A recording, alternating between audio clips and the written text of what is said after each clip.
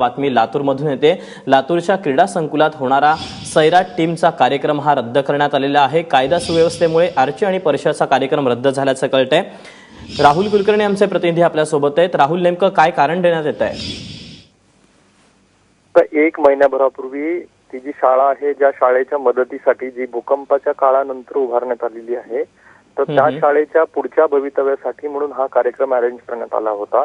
आणि सैराटची जी टीम आहे, म्हणजे त्यात आर्ची, परशा आणि बाकीचे मेंबर्स, ते हे नोबेल कॉज असल्यामुळं फ्री ऑफ कॉस्ट तिथे या कार्यक्रमाला येणार होते आणि सोबतच चला येऊ द्याची ही टीम उद्या तिथे होती। परंतु ज्या ठिकाणी हे क्रीडा संकुल आहे, जिथे हा कार्यक्रम होणार आहे, त्या ठिकाणी जे वॉकिंग करणारी मंडळी आहे, त्यांचा असा आक्षेप होता की या कार्यक्रमासाठी ते जे मैदान आहे ते मैदान खोदलं जाते आणि म्हणून त्याला विरोध आहे आमचा। हा विरोध आणि एकूण सध्या महाराष्ट्रातली परिस्थिती वातावरण बघता जिल्हाधिकाऱ्यांनी असा निर्णय घेतला की हा कार्यक्रम जर इथे झाला तर कायदा आणि सुव्यवस्थेची परिस्थिती निर्माण होऊ शकते, म्हणून हा कार्यक्रम जो की उद्या होणार होता, ज्याचे तिकीट 10,000 पासून ते 100 रुपयापर्यंत होते, तो रद्द करण्यात आलेला आहे।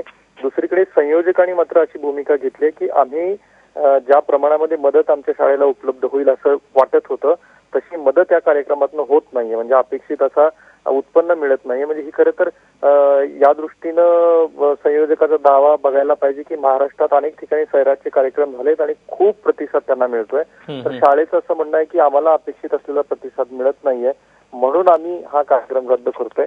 जे काही असेल ते कायदा आणि सुव्यवस्था हे कारण देऊन कदाचित महाराष्ट्रातला सैराटचा जो कार्यक्रम आहे तो पहिलाच रद्द करण्यात आलेला आहे, जो उद्या होणार होता अतिशय भव्य स्वरूपातला क्रीडा संकुलावरती लातूरच्या। दीपक।